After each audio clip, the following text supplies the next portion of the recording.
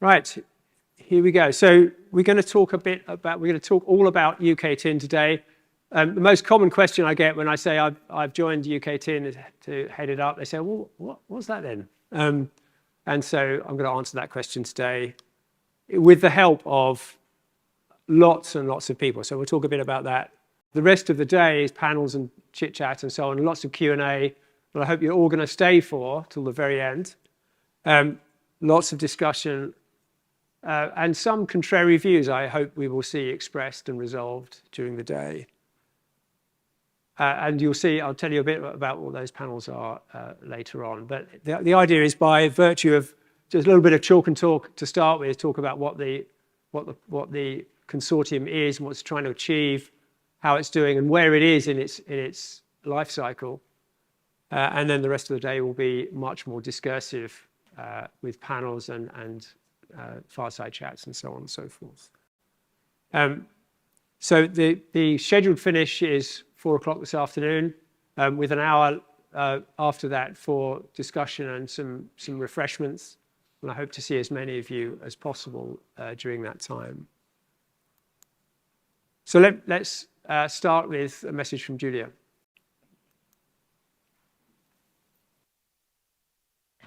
Hello everyone, I'm Julia Lopez, Minister of State for Data and Digital Infrastructure. Our newly formed Department for Science, Innovation and Technology exists to drive innovation that delivers improved public services, creates new, better paid jobs, and of course grows the economy. Many of you will have seen our recent announcement introducing our wireless infrastructure strategy. This is a new policy framework for driving the deployment and of course the adoption of 5G and other forms of advanced wireless connectivity. Within this package, we announced a £40 million fund to create 5G innovation regions. This will encourage the adoption of 5G by businesses and the public sector in places across the country. This next iteration of 5G connectivity coverage across the country will unlock new technologies which will change our lives and, of course, the way in which businesses operate. We've also set out our longer-term approach with the announcement of up to £100 million of R&D funding for future telecoms technologies, including 6G. Underpinning all of this will be the ongoing work to ensure the safety and the security of all our networks. Diversifying the telecom supply chain is an absolutely crucial part of this. That's why we're spending £250 million on the Open Network programme, which includes the funding for the UK Telecoms Innovation Network. It's critical now that we work together to deliver that agenda, combining government backing with industry expertise and international collaboration. When I speak to industry leaders or my counterparts in other countries, it's clear to me that we have the building blocks in place now and that we're taking a real lead in this country in shaping the global debate.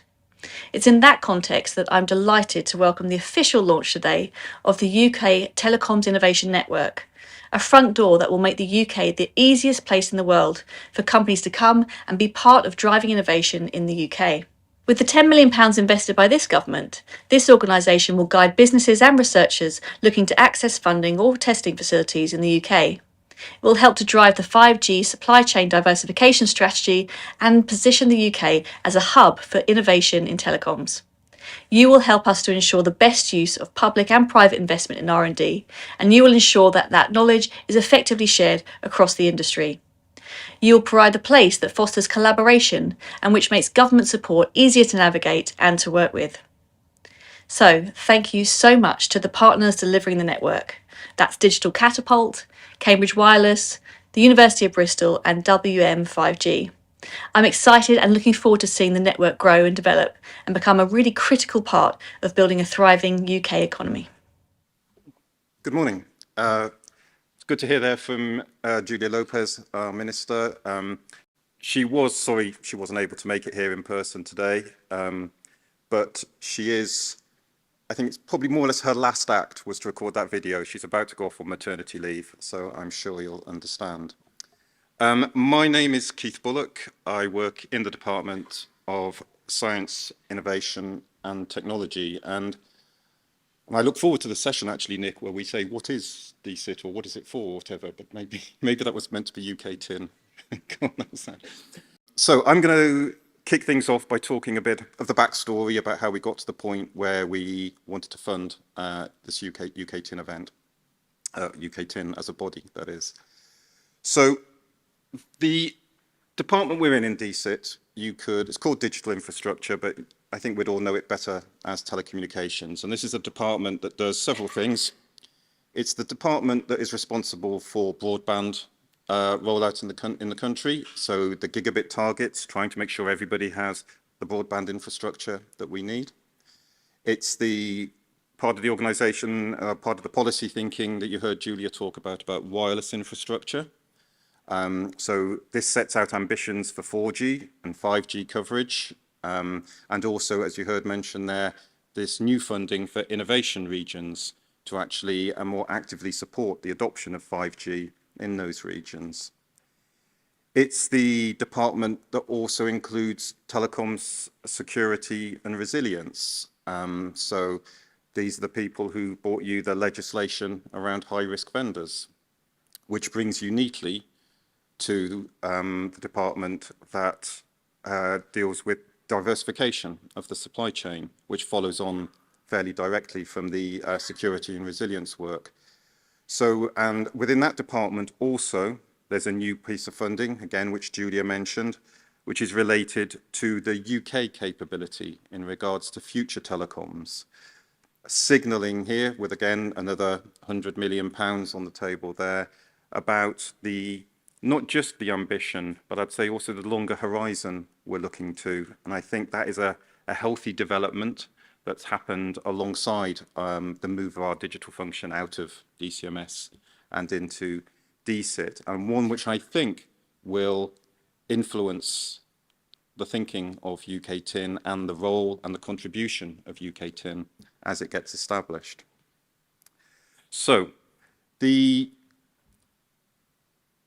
Julia mentioned the 250 million programme, and the funding for UKTIN comes out of that 250 million.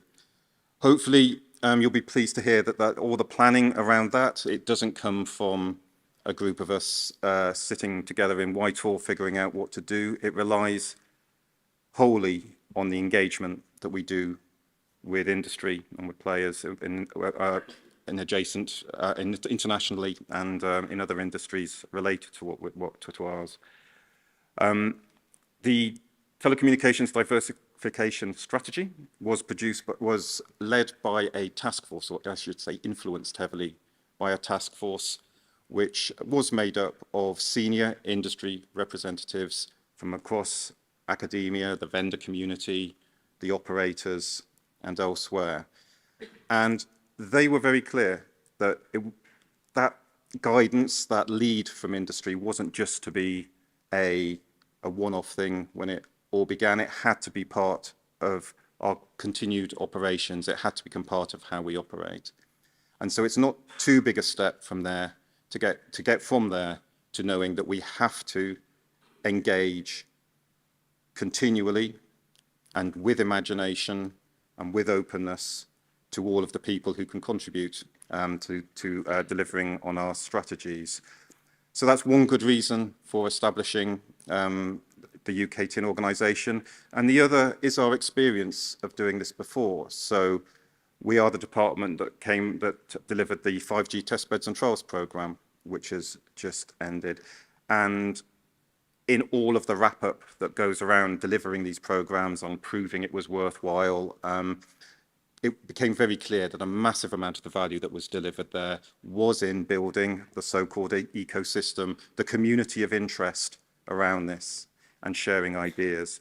Because I think we can safely say that from a political point of view, there's every good reason to think that a belief in the value that this nation has the right digital infrastructure will sustain through whatever changes come again.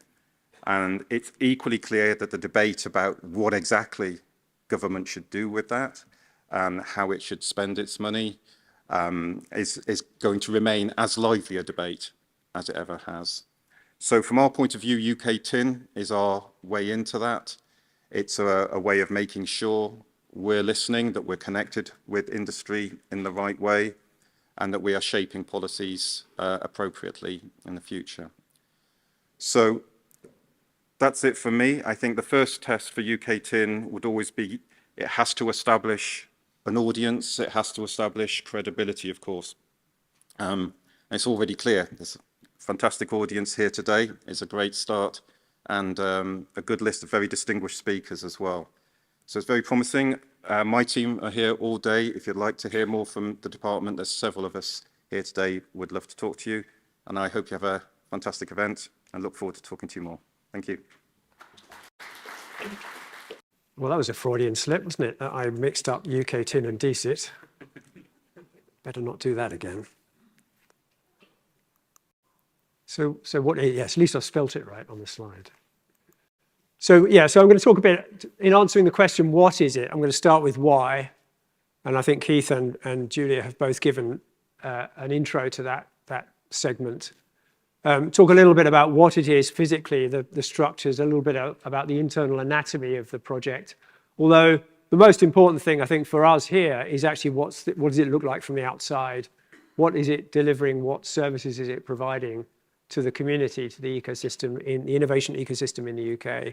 That's the most thing. And I think by the end of this session, you'll have a much clearer idea about what's going on there. And finishing off there with the where is it? Where are we in the cycle of delivery in all the various elements that we are seeking to deliver? And then a little bit finishing up there with talking a bit about the rest of the day, the particular panel sessions and fireside chats, by which you can then dig into all the bits that I've missed out or I've glossed over during my presentation. I'm sure you'll have lots of questions about why is it what it is, all of the things that I may have not been able to go into in enough detail. You'll have the chance during the day, listening to panels, interrogating those panels from the floor, plenty of time for Q&A during that day, during the day, and obviously following on afterwards. So a bit of history, I think. So Keith alluded to that already a little bit. So history's year zero, as far as this was concerned, is 2 years ago, pretty much to the month. The Telecom Diversification Task Force reported, and that produced a series of recommendations which were reinforced or confirmed, I would say, by an internal report from between DCMS confirming the idea of a fragmentation is a key word here, fragmentation of the innovation landscape in the UK, that people weren't really well connected up, and the innovation was being very kind of clunky in the way it was proceeding from idea to deployment, and confirming that point. And those things together have delivered a set of enduring policy objectives, if you like, which UKTIN has picked up and is now working through with the ecosystem to think about things like the front door service. We'll talk about what we mean by that in a slide or so's time. The skills gap is a absolutely crucial one. I'm surprised really how pervasive that conversation has become in the time I've been here. It's not just at the deployment end, finding people to actually deploy, dig trenches for fiber, put antennas on masts and so on, but also at the front end of the process. Although that's a little bit out of scope for UKTIN, it's still an important element of the whole chain. I'm talking about diversification, again, a policy objective that continues, a consequence. Not, I mean, the HRV element obviously contributes to that, but it was in that sort of late stage life cycle already where consolidation had happened many times over. In my 20 years plus of working in cellular infrastructure, I'd seen many rounds of consolidation, and the number of scale providers of telecoms equipment, telecoms networks, has just really shrunk over that time to a dangerously low level. It needs to be fixed. Revitalizing the SME sector, again, SME is, I think, generally seen as an engine of economic growth. How can UKTIN help with that? And of course, the long-term R&D about that, okay, productizing ideas is an important aspect to this, but generating the long-term idea that feeds the start of the funnel, really key to getting that whole thing working. And then we talk about standards, the role of the UK in standards, standards elements of that. That's at the moment a relatively small part of UKTIN, but we expect it to grow over time. Not much to say there, but we'll come on to a little bit when we talk about the expert working groups. And then in brackets, the adoption piece as well. We talk about adoption in terms of meeting the skills gap. And I think you heard Julia mention the word adoption several times in her speech. And it becomes a key part. And it's about a chorus in one ear is saying, 5G, what was the point of 5G? No business case, blah, blah, blah. On the other hand, it's like, okay, let's find some business cases and let's do something about it to make sure it is adopted, because we can't, 5G is there, right? We can't just sit there and look at it and say, well, that was a waste of time, wasn't it? But actually, the investment's been made. It's time to deploy it and get value out of it. That's a really important part, and UKTIN can help there. All of that really underpinned by, or rather overlaid, or well, whichever way, extended, reinforced by the wireless infrastructure strategy. Okay, and what does that mean? The key thing there really is that number in the middle there. Adoption of 5G in general, but in general, telecoms infrastructure generally will contribute a huge amount of money to the economy. And that take away nothing else from today, but that money, that number is essentially the driving force for all of this. And you'll see these slides later, but other big numbers in terms of economic value, but also in terms of support that is coming along. Keith already mentioned some of that in his presentation. So wireless infrastructure, very much worth a read for giving some extra context for what UKTIN is all about. So this was a slide I put together quite a while ago, really talking about the fragmentation issue. All of these elements of the supply chain here, or the innovation chain, I should say, all kind of somewhat disconnected, somewhat moving in a kind of Brownian motion sort of angle, in rather random directions, and in particular inward investment, not just inward investment, but generally connecting up. People are a bit mystified about how to connect that all up. That's a really important element of that.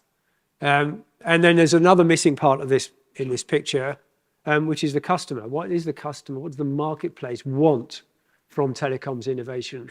A really key element to this. And wandering around, I think a phrase that was in that front door service report was, this is about exploitation, not about exploration. We need to make sure that this delivers economic value in the short term, as well as long-term intellectual property, intellectual capital, as well as real money capital in the short term.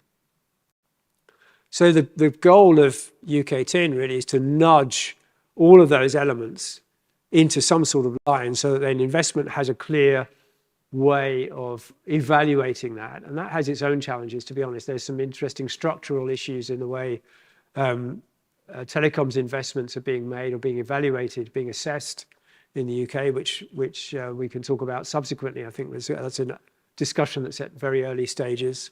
But the idea is looking at all of these elements of the innovation chain and pointing them at a true north, at the global customer base, right? So this is a thing, it's called UKTIN, but it exists in a global context. And it must do that because the UK economy is not big enough to support the level of investment that's required, but also available, right? The actual skills base in the UK, notwithstanding what I said earlier about the skills gap, there's still an enormous amount of talent in the UK producing an awful lot of intellectual capital that can be directed in this way. And the big number there, the 159 billion pounds of added value, that's worth realizing. And so orienting that activity towards the global customer base.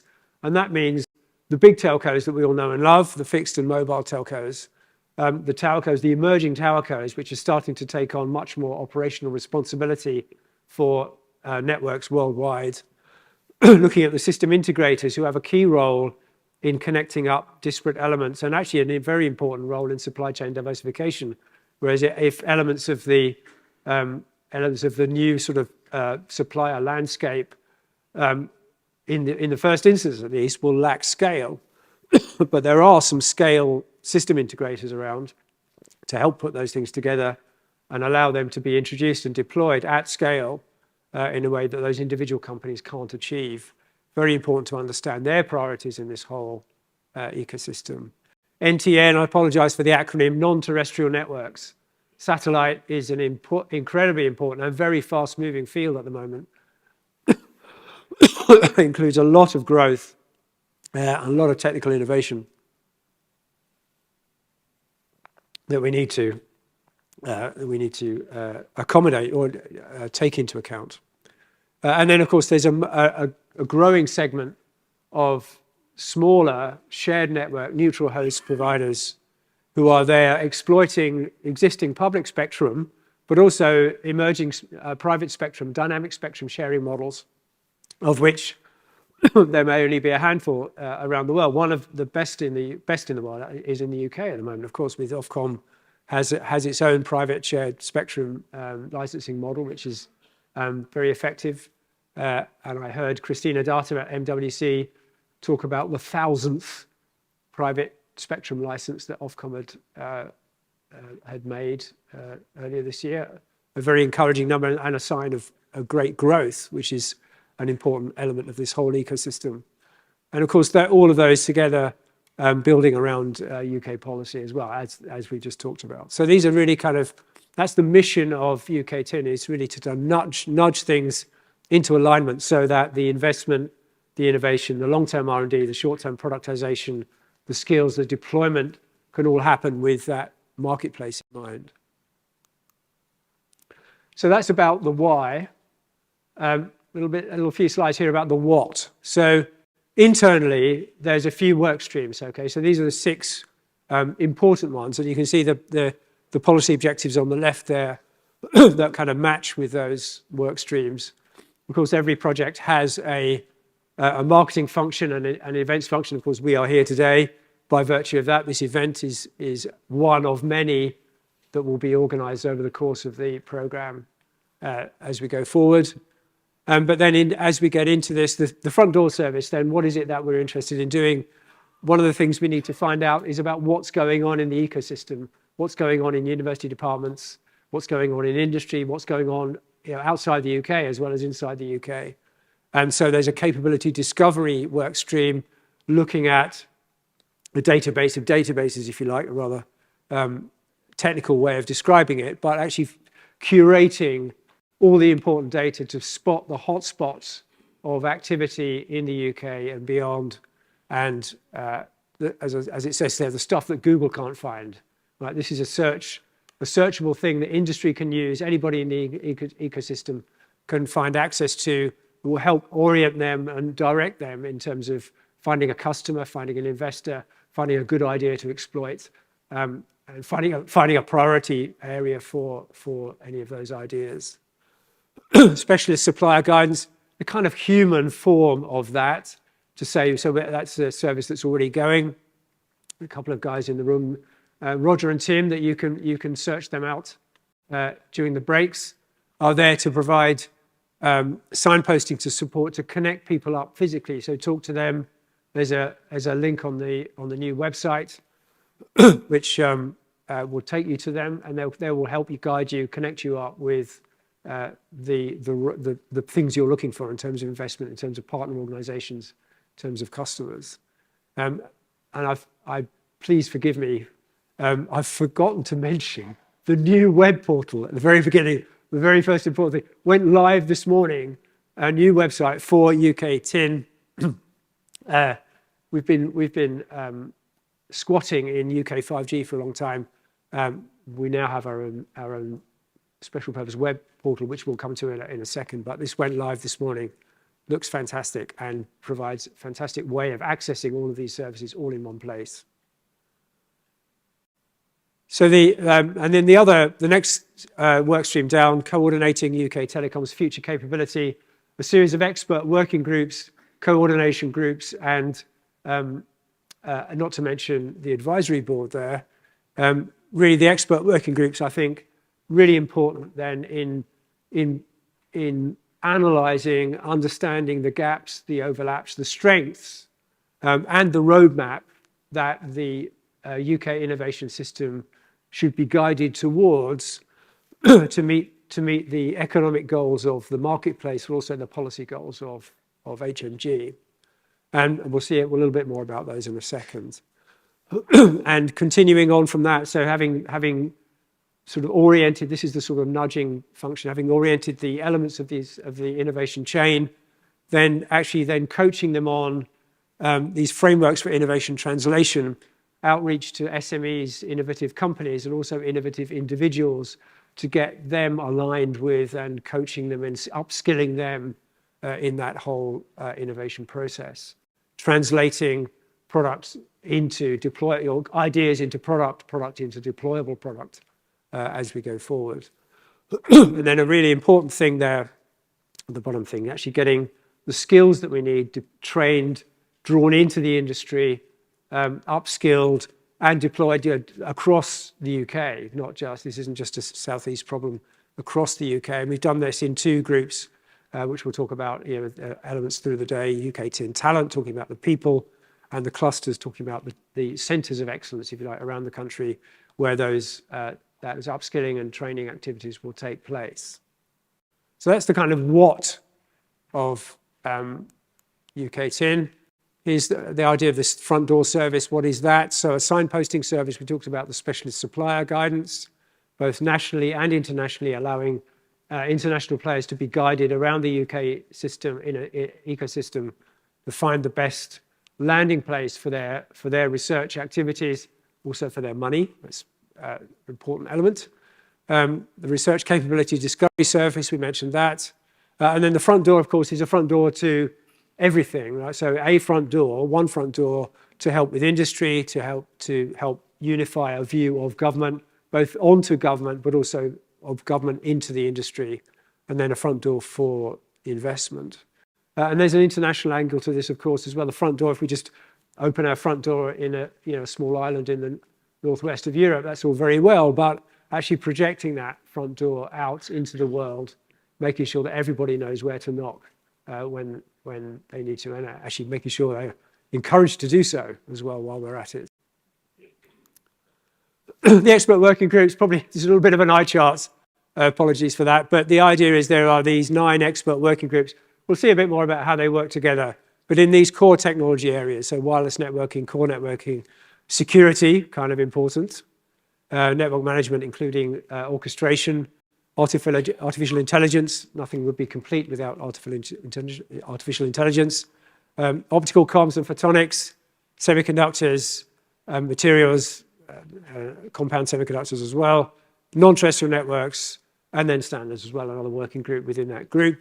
All of those connected to coordination groups, both from academic point of view, looking at the long-term coordination of what's going on in the UK, industry coordination, looking at the short term, all of that kind of gelling together within that capability, that future capability leadership forum, then actually providing a sort of consolidated output. And then, so this whole group is reporting on a regular cadence at the end of the year as to in both into government and to the industry about what's going on. And then, of course, the advisory board there, very important element. What's that going to, we have a fireside chat with Mike, who's the chairman of the advisory board, coming up, talk a bit more about the role of the advisory board in this whole process. Skills gap. So we talked about the clusters and talent. And here's an example there. So creating opportunities for entrepreneurship by, again, encouraging events, drawing people in from adjacent industries, adjacent skill bases, looking to create new businesses as well as new skills, and then creating the environment there which those things can grow and flourish, and doing that across the UK, across the whole of the UK. And then, of course, front door to the front door. Okay, we need a front door, a physical front door to a concept. So here we are. This is the front page of the new website. And of course, we're talking about things like what's going on in the UK, technologies and trends, the long-term R&D, the research capability discovery service, talking about now the signposting service, how do you access the specialist supplier guidance, commercializing your product, the access to the innovation translation service, and then the skills gap thing there, ways into the services that UKTIN is offering all from one place. And then, of course, I think for this audience, make sure you're registered. So everybody who was a member of UK 5G has, unless they've opted out, has been automatically enrolled into UKTIN. So you will find, you will have seen some emails, I think, to that effect, or you soon will. And those who aren't already enrolled, please do, and take advantage of all the things that UKTIN has to offer. So, conscious of the passage of time. So a couple of examples here. This is just one of many ways in which the working groups work together really to achieve the goals of UKTIN. So we're talking about expert working groups working with the industry coordination group, talking about productization activities, again, gaps, strengths, overlaps, and roadmap. Talking about and then they talk to, in turn, to the Innovation Translation Service, talking to the UKTIN Clusters Service, and then using that to help inform and diversify the SME community in particular in the UK. So again, one element to this, there's probably a dozen of these that I could draw out. There's another one here just for the completeness, again, sort of expert working groups talking this time to the academic coordination group, looking at longer term, sort of 10-year time frame R&D activities, looking at feeding that into cross-government group there, looking at how that would affect policy over that sort of time, informing policy over that sort of time frame, feeding that into the research capability or taking input from and feeding into the research capability database, discovery service there, and then harmonizing all that through with the strategic leadership group. And again, using that as an information then into future interventions as they emerge. So there's two examples there of the many that we could talk about and will evolve and will emerge naturally as the program develops. Again, UKTIN and clusters. I think I've talked about everything that's on this chart pretty much. We're talking about the talent activity and talking about the clusters, the talent pool, the people elements of getting people, filling the skills gap, and also the regional aspects, the geographical aspects of getting those skills deployed around the country. So here's a timetable. Vicky's going to kill me because I've just gone completely off the color scheme here for this, but I had to go green because it had to be green, right? It can't be red or pink. The green is what's going or is going already or will soon be going. So you can see website and journal. You picked up the first edition of the journal on the way in. Events, there's a whole string of events coming along over the next 2 years. And you'll hear more about those in due course. The Research Capability Discovery Service, that's actually launches mid-24. But we should talk about, get your feedback there about, that's a sort of full service availability in mid-24. Let's talk about how that will emerge in the meantime. Specialist supplier guidance is going already. Tim and Roger, again, go and find them if you haven't found them already. The expert and strategic working groups, you'll have seen in the media or the social media, LinkedIn and so on, the recruitment drive for the chairs of those activities, but also the members of those groups. So we now have a set of chairs. We'll hear from them later in one of the panels, and how do they, they're essentially getting going. They're in their sort of spinning up that whole process right now.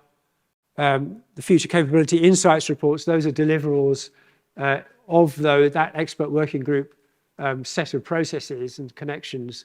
They deliver those insight reports into government, but also as white papers into the community at regular intervals over the program. And then the innovation workouts, the investment workouts, with these innovation translation activities there, again, spinning up at the moment, will be active very shortly. And then already, I think Robert and Leslie will talk about UKTIN and clusters, talent and clusters as we go forward. So that's where we are in delivery, and the pace is only going to increase as we go forward.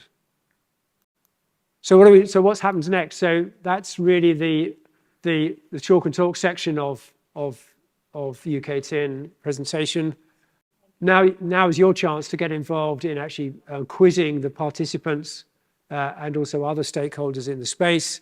So the first session was chaired by Christina Data from Ofcom. I'm very happy to have her able to chair this session. I think everyone knows Christina, Director of Policy and Analysis at Ofcom. I think I've already mentioned her role in the MWC debate about set-aside spectrum versus private spectrum. Definitely on the side of the angels there. Transforming the UK innovation system, innovation ecosystem. So members then of the whole consortium, so you get a consortium-wide view of the role of UKTIN in the telecoms innovation ecosystem.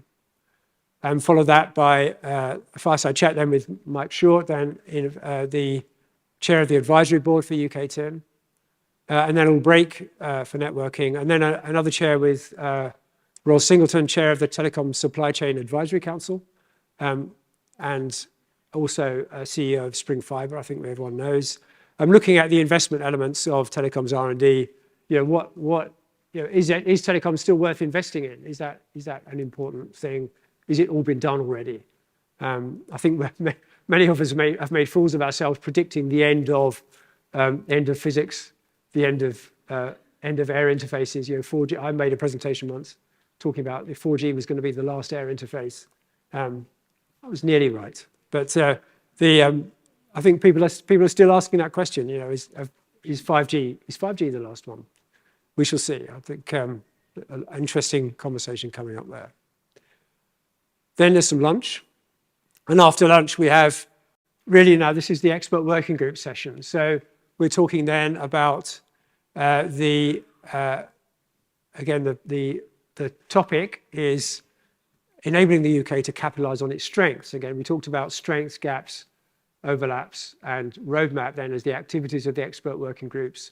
That's where that discussion will happen. So this is all six, I think, of the expert working group chairs that we've appointed so far there to give their view on this question, chaired by Dritten.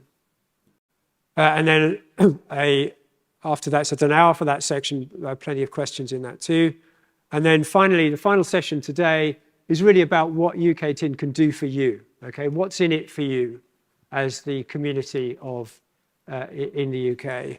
So again, members of the delivery organizations then talking about the services that UKTIN is offering. You can see those services there. The people are talking about the capability service, translation, innovation translation, talent and clusters, and supplier specialist guidance there in particular, but they're there to answer your questions. So please ask them. Thank you very much. I'm done for this session. I'm going to hand on to Christina. Christina, welcome to the